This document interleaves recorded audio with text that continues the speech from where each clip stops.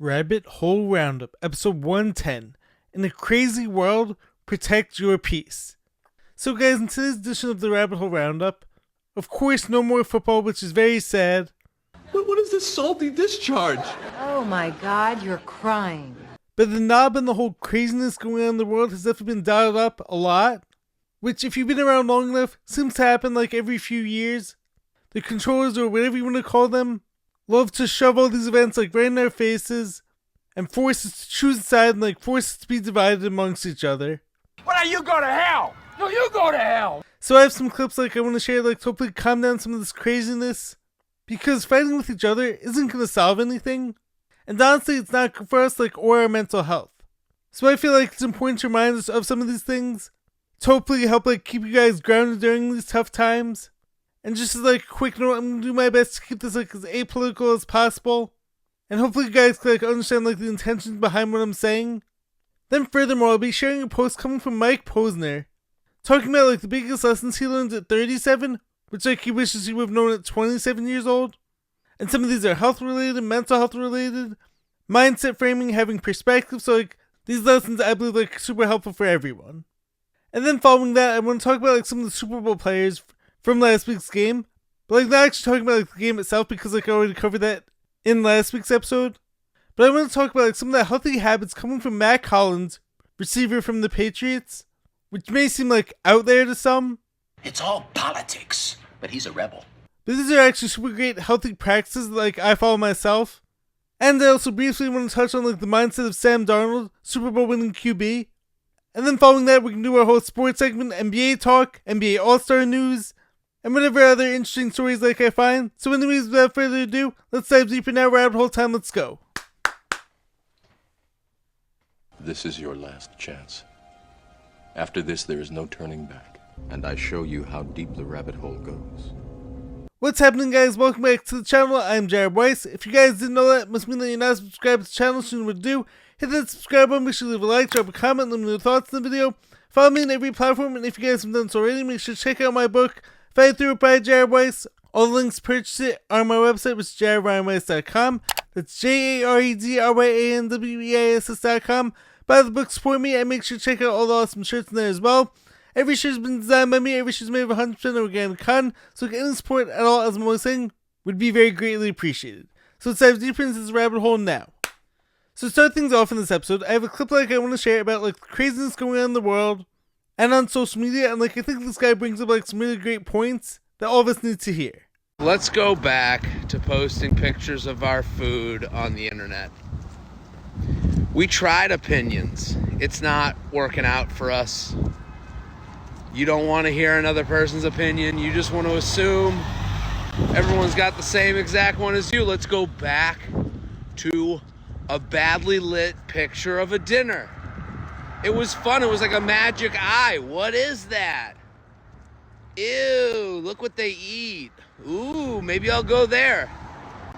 That's all we can handle here. Look at some of you are getting mad because you're assuming my opinion because I'm saying we shouldn't put our opinion out there. That's how crazy we've all gotten. Now, I'm assuming that my lack of opinion is making you mad about that I'm like hiding what my political stance is. See how crazy we've got? We couldn't handle it. We tried. I'm probably 10% away from every opinion you have, and now you're saying, well, this guy doesn't want to give his opinion because he's hiding something. No, hiding nothing. Let's go back to the food. Let's do the dinners. We were bad at that too, but it was at least more fun. At least I could send that to more people and we could make fun of you without having to wonder if those people I'm sending those bad food pictures to agree with my opinion. Like, it's a bigger group that I get to make fun of you with. So let's go back to the food. We just can post appetizers, badly lit pictures, and let's be done with this whole opinion thing. We tried. So thank you for saying that, Jared. Great name. Best name out there. So now, I want to handle this topic delicately because, of course, everyone out there is currently in like an uproar about like all different things, and like I don't want my perspective to come across like insensitive or they're like, I don't care when something bad happens, and one of these major events gets like shown all over TV or on social media. But the main thing that like I want to say here is that there are hundreds or even thousands of injustices or bad events happening at all times and every single day, and yet seemingly a few times a year or every 2 years, we get just a couple of these things that are handpicked and shown to us all over the news, or these days all over our social media feeds. Look at it! It's ugly, isn't it? You look at it! And have you ever noticed how these events actually divide us perfectly? And I'm not saying bad things don't happen, but there is most definitely a psychological operation, psyop element to this. And also on the flip side, as I'm always saying, being positive doesn't mean ignoring all the negative. It's recognizing that yes, there are bad things going on at all times, and there's always going to be reasons to be upset out there. But does fighting with other people online actually solve any of these issues? And furthermore, does bullying or shaming other people into accepting the same beliefs that you have, and forcing them into speaking up the same way that you are, is that actually the best way to win support for your cause? Because I don't think so. I don't think so. And I'm sorry to say this, but I have to put it out there. Not everyone needs a vocal opinion on every issue. And this is a massive problem because with all these issues, especially when it comes to any of these extreme events, you get people as well as bots online saying things oh, this isn't political. This is a moral issue and silence is violence. Or if you don't speak up, you're part of the problem. And it's telling people to speak up. Well, what if some people believe differently from you? So do you actually want those people to speak up too? Or do you only want them to if they believe the same things that you do? Now the next aspect of this is that blaming people who have no say in the matter, as well as blaming your friends, isn't fixing anything. You're just adding to the collective division. And another key thing is that most people, based on the news that every individual is seeing, they are in fact moral in their viewpoints. The problem is everyone is receiving different news and coming from different perspectives. But I mean if you actually ask people why they believe what they do on any given issue, most likely that person is operating under a good moral framework. Not every person, but most of them are. This side thinks the other side is Nazis. This side thinks the other side is killing them. This side thinks the other side is evil.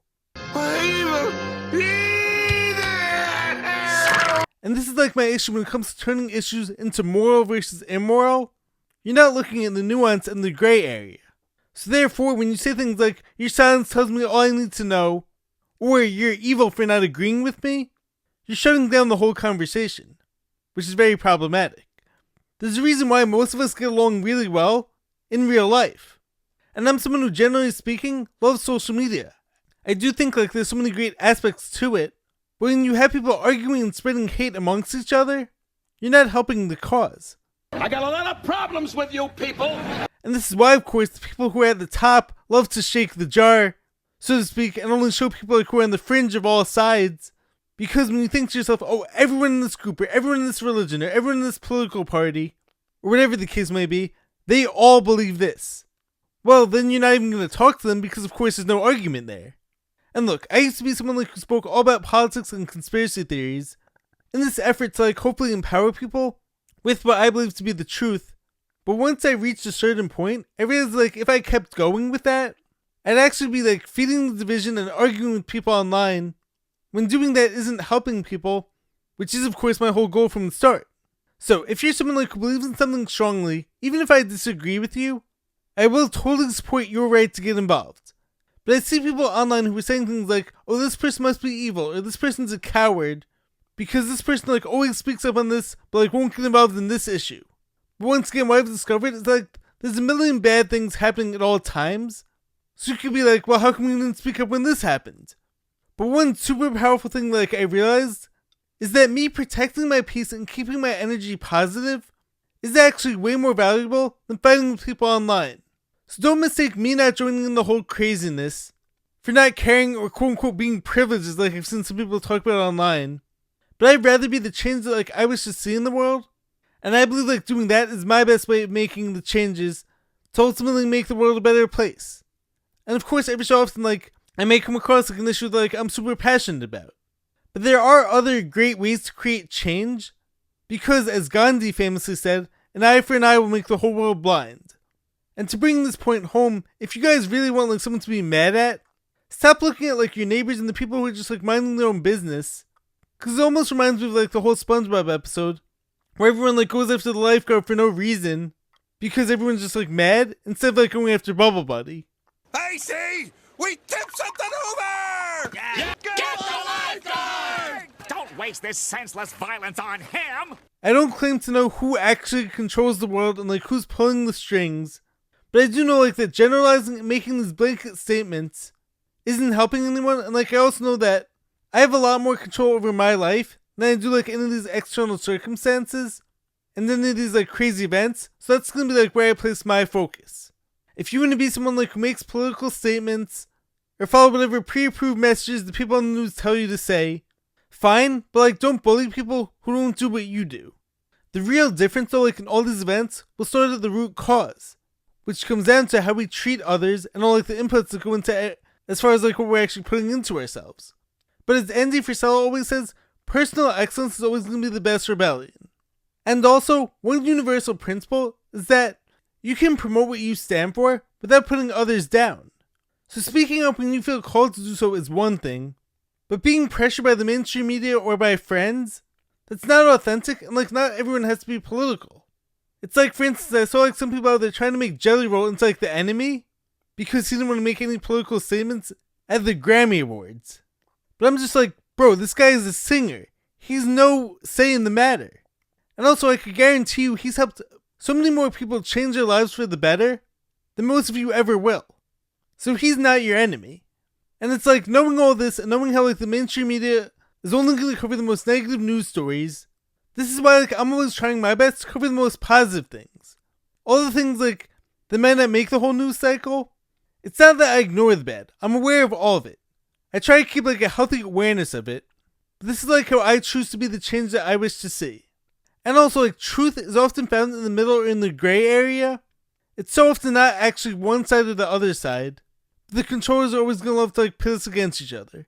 So keep all that in mind and like hope like that helps like shift your guys' perspective to a more positive, grounded one in spite of all this craziness. Now next up, I want to share a post coming from Mike Posner that talks about like the lessons that he learned at 37 that he wishes he knew at 27. So we have: your success won't last forever. Handle the highs and lows with grace. Fame is a wave, not a mountain. It comes in, it goes out. No matter how big you get, there will always be times where you're on top and times when you feel forgotten. Learn to say no and mean it. Early in my career, I said yes to everything. Features, collaborations, late night studio sessions, interviews, favors.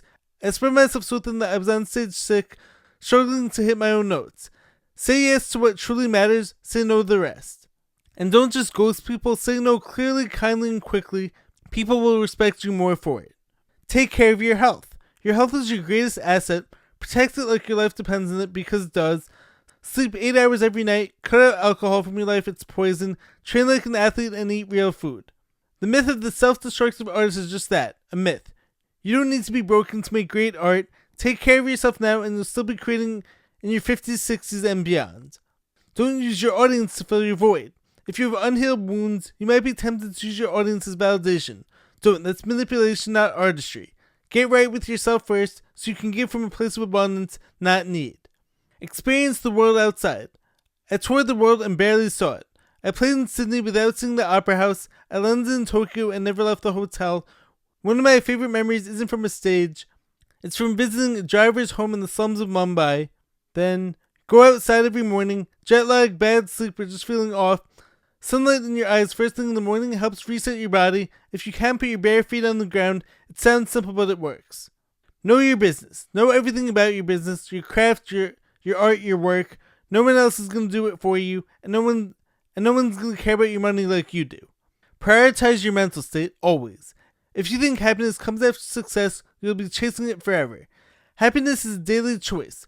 Develop habits, meditation, journaling, working out, gratitude that keep you grounded. Your mood affects your art, your team, your decisions, everything.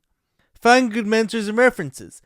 Find mentors who have both success and happiness, not just one or the other, both. At 27, I idolized tortured artists. At 37, I idolize people who make great art and also have great lives. There's a difference. And finally, integrity is everything. Your talent might open doors, but your character keeps them open. Your word is everything. If you do the small things and always honor your word, people will notice and trust you more. More importantly, you'll trust yourself. So just to recap, handle the highs and lows with grace. because success is always changing, like it's always moving. Learn to say no and mean it. Take care of your health, sleep, and eat.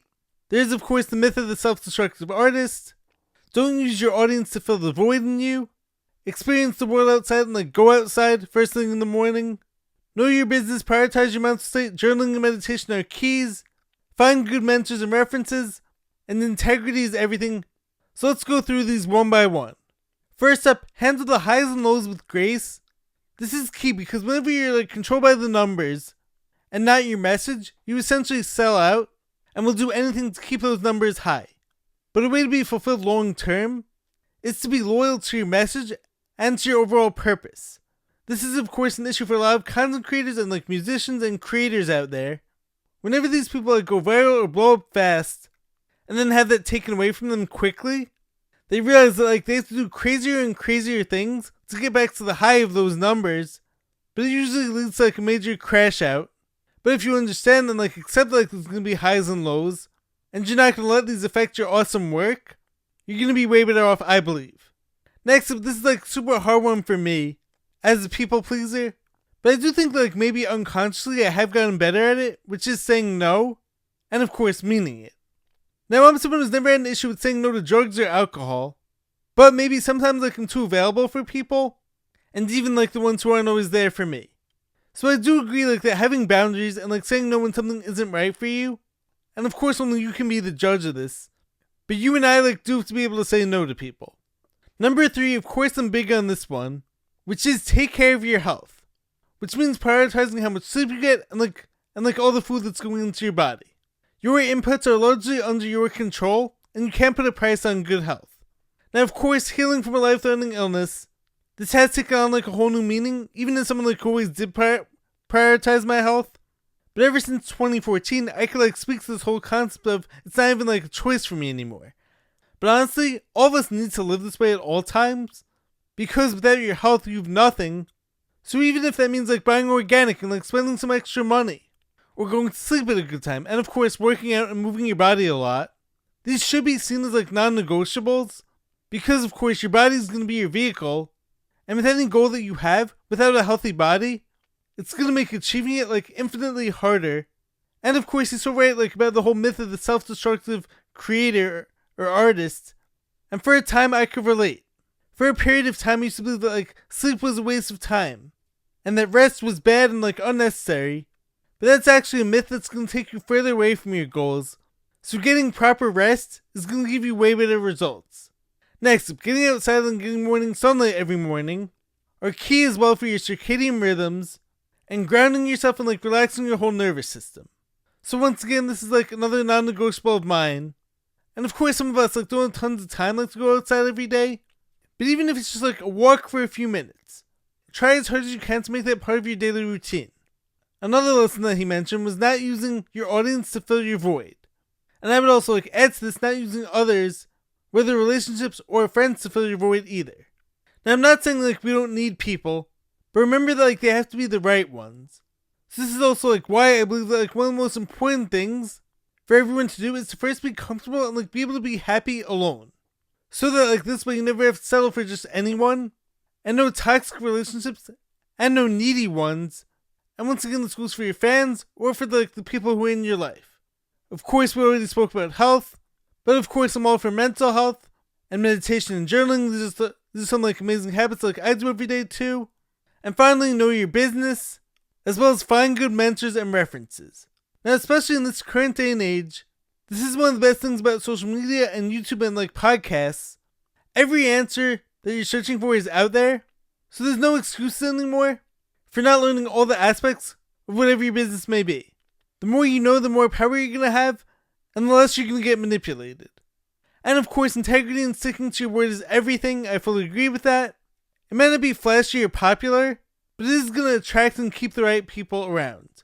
So, well said, Mike Posner. I appreciate all the lessons, and I'm sure all you guys are going to appreciate those too.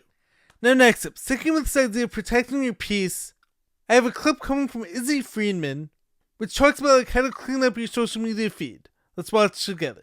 If you get off social media feeling like it's a sign, it's cleanup time. If your feed is mostly insecurity, drama, comparison, or people trying to be hotter than you for a living, you're gonna feel like Because your feed is feeding you all the time, whether you realize it or not. Is it feeding you girls in bikinis who have nothing to say, who just want to be famous and think that their worth is their body? Are you following the girl who always shares her outfits but never actually talks about how she feels inside? Or maybe it's the conspiracy theorist who makes you question your entire life and then you end up down a rabbit hole. Would you pick these up if they were books? Would you want these people to be in your life? If the answer is no, then why are you watching them every day? There's so much science that proves that you become what you consume and who you surround yourself with. You need to be cleaning out your feed like you clean out your bedroom. If you're not wearing that shirt anymore, throw it out, unfollow it. If you wouldn't want these people in the room with you in your personal space, why would you want them in your digital one? I scroll when I'm uninspired. I use social media so that I can get off of it. My feed is basically Pinterest with friends. Let's think about it logically. Like if your feed was inspiring you to get up and do things, you would get up and do them. But some of this content is so toxic for us that it sucks us right in and keeps us in this negativity spiral because that's how they profit. So if you feel anxious after getting on social media, you're not broken, you're just overexposed, and it's time to start choosing you. Social media should be used as a tool, not a trap. Use it to get information, to get inspired, and then go live your life. I want you guys to be obsessed with your individuality, not a stranger's highlight reel. Love you guys. Stay strong out there. So this is such an important message, and not only for girls, but like for guys too. I say it all the time. I'm not one of those people who believes like life was so much better before technology, or like we have to get rid of it completely and like get off our phones all the time. We're not cavemen. We have technology. And also, quick side note, the people who say things like that most often, almost always say so from their phones, and are often like making huge money on social media. So huge pet peeve of mine. But anyways, I think it's about like being intentional with our social media feeds and like knowing how to use them for good. It's not about like blindly just doom scrolling all day, but one way to make your social media work for you is to do as Izzy said, which is like clean up your feed. If every single time you get off social media you feel more stressed out, you find yourself like comparing to others, you find yourself like more hateful and angry, Do you ever laugh? and mad, it's time to look at like who you're following. And yes, at times a break from social media is necessary, as is setting boundaries, but I don't think like you have to get rid of your phone, but instead find people who inspire you, find people like who you could learn from, find people who make you believe in yourself more, who speak positivity into your days. It's all out there, as I always say. So it's up to you to program your feed to reflect what you want more of. And so I believe that like having an awesome social media feed can actually be like a huge mental health booster. Most of the time, like when I get off social media, I feel inspired or thought-provoked, or like I want to create more. And when I don't feel that way, it's often because I get sucked into the negative news cycle too much, or politics. Or I see like fake people posting things like they don't actually believe in, or that don't actually represent who they are, or of course, as is natural, against the whole comparing game. It happens to all of us, I think, but since we have access to this amazing tool, we may as well make it work for us, and constantly doing spring cleaning with our feeds, not getting rid of the tool completely.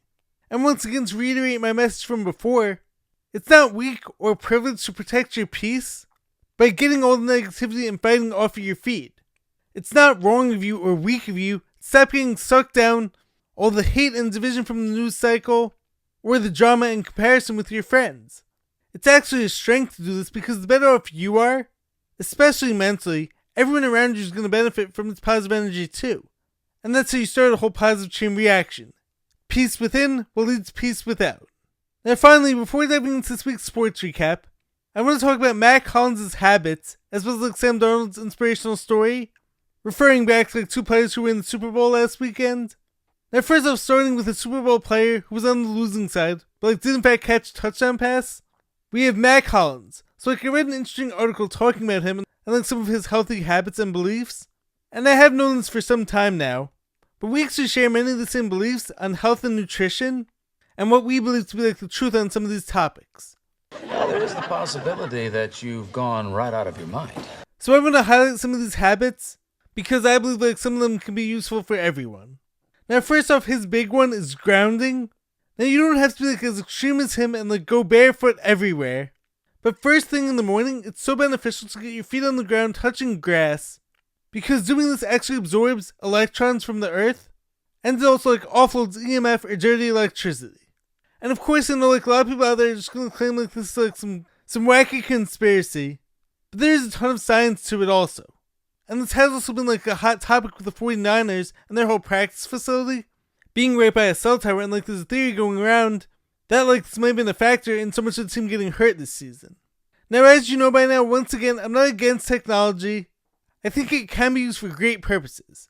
But I am also about finding ways to live healthy alongside it and like in harmony. So one of these beneficial habits, like to offload EMFs, is grounding. And like I also sleep with like a bag of like crystals like on my bed.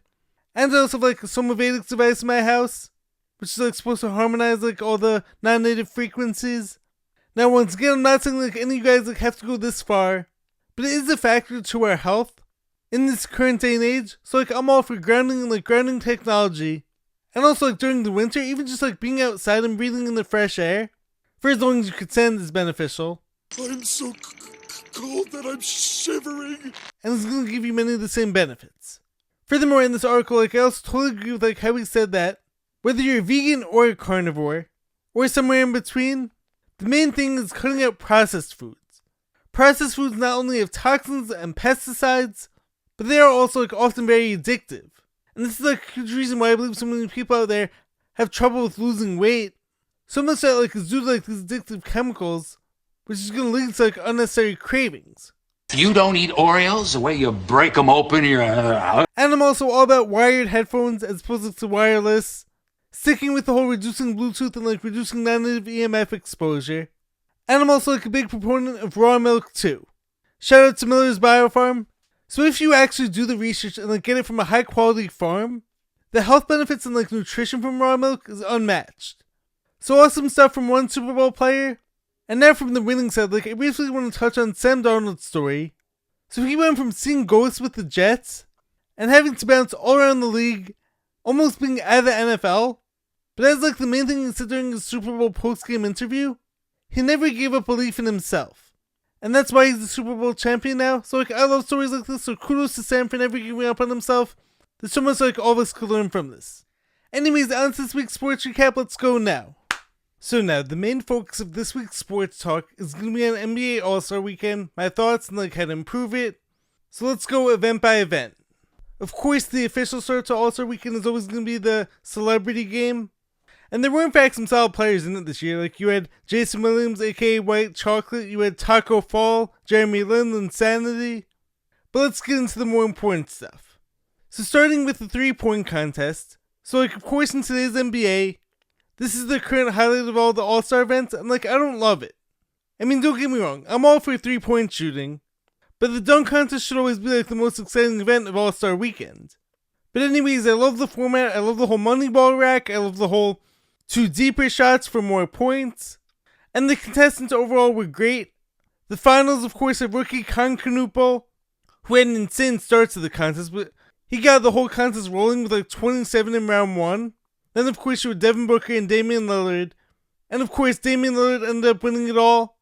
And look, I'm a fan of Dame. I like Dame. He had a great story going into this contest.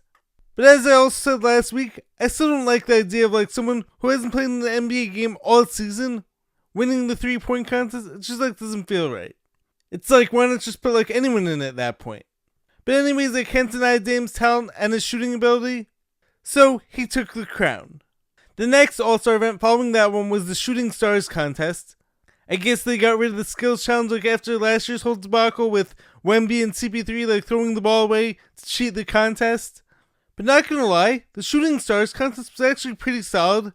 Outside of Drewski's horrible pass that went to like the 3rd row. But like having an all-time NBA great and like 2 current players as well as like a passer on each team was honestly a solid mix, and like I like the point system too. So the Knicks squad won this event with Jalen Brunson, Cat, Jalen Brunson's dad being the passer, and like also former Knick great sniper Allen Houston. Now let's get into the big topic in my opinion, the dunk contest.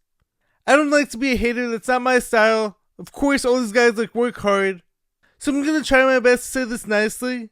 And then afterwards like I'm gonna give my suggestion like on how to improve it.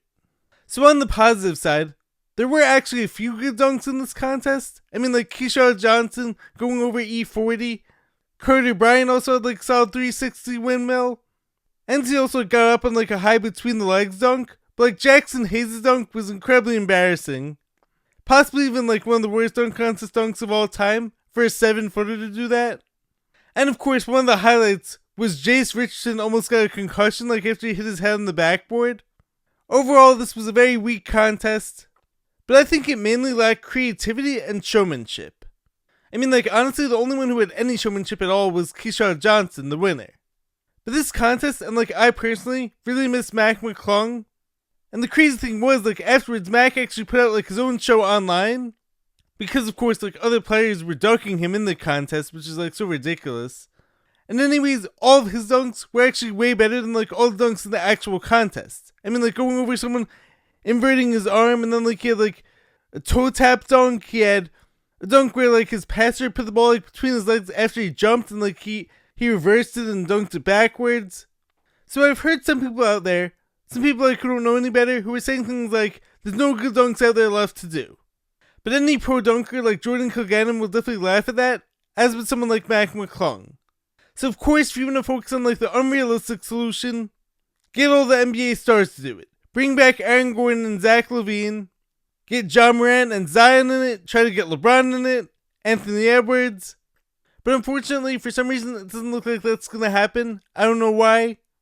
But the other thing is, like, with social media these days, and like I've spoken about this before, we're all seeing like these ridiculous things like all these pro dunkers could do on a daily basis. So a simple windmill or like a between the legs dunk isn't going to cut it anymore. So my solution to fix the dunk contest and like make it something actually worth watching, and something like everyone's going to love, is have Mac McClung go up against Jordan Kilganon, the pro dunking GOAT, if you know you know. Or you could even have like 4 pro dunkers go up against like 4 NBA dunkers. But I think it's time that like we start incorporating pro dunking into the NBA world. Otherwise, from here on out, it's always going to be lacking. But also some other points like on the current NBA contest. What happened like to all the creativity and showmanship? And like, why does it feel so rushed these days? I mean, like, you have a guy rush out there for a minute. What happened to the whole Dwight Howard and Nate Robinson Superman and Kryptonite performance? What happened to like the whole Blake Griffin having a chorus sing to him while he jumps over a car? Showmanship is actually a huge part of like what makes a dunk great and gets the crowd involved. I know like a lot of people out there are gonna hate on props, or at the very least like overuse of props, and like I could agree with that. But like having some props and like having some other involvement is gonna be key to making it more exciting. It seems like most of the NBA dunkers these days do their dunk and then like walk off right after, and with like zero motion and zero hype behind that dunk. I mean, credit like to Keyshawn Johnson, who was like the only one who was even trying to like have any showmanship. But something has to be done, and like I think the long-term solution is to incorporate the pro dunkers, get them in there. And now finally, for the final event of All-Star Weekend, which actually turned out to be like the surprising best event of All-Star Weekend and like the highlight of the weekend, was the All-Star Game itself. I'm not sure how you finally got all the players to try. Maybe it was like the whole World vs. US format.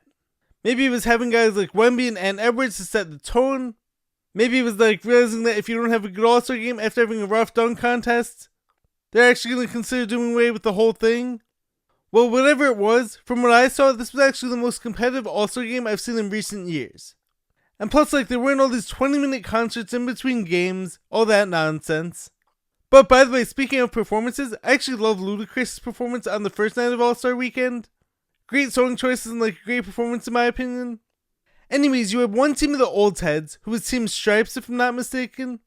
You had another team with like all the young guys, which was Team Stars. And then of course one team with the foreigners, who was Team World. Wemby played great, like, and he set the tone. He was not happy like when his team lost. Kawhi had an insane 31-point 12-minute quarter. KD was hooping. Shout out to like Soul Burner account stuff. LeBron was hooping.